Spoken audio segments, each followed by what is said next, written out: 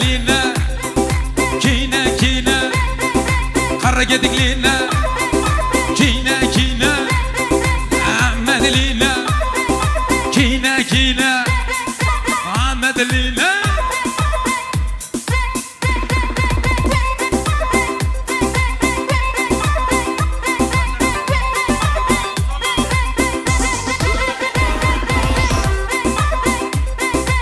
Evet değerli misafirlerimiz,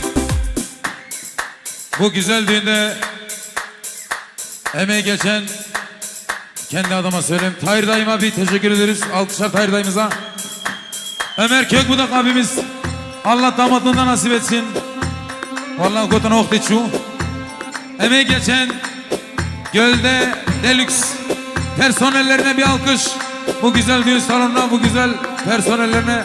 Değerli abimiz emeği geçti. Abi senin ismin neydi? Levent. Levent abimize teşekkür ederiz. Emeği geçen Baran Film ve sizler Meço Paradise içinde. Mabşer Bey inşallah Fıda Fadikirine de. Hazır mıyız? Ay ay ay ay ay ay.